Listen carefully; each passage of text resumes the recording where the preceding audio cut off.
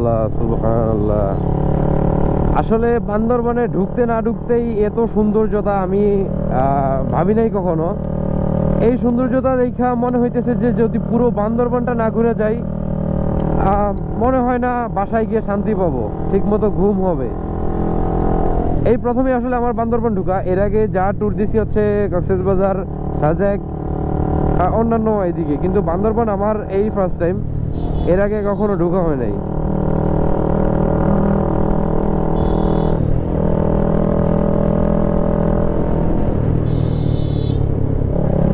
এখানে সাজেকের মতো যে পাহাড়িরা যেভাবে বাইক চালিয়ে আসে দেখলে সত্যি ভয় লাগে। ও হো ভাই, ওয়েলকাম ব্রো, ওয়েলকাম। সৌন্দর্যের জগতে আপনাকে স্বাগতম।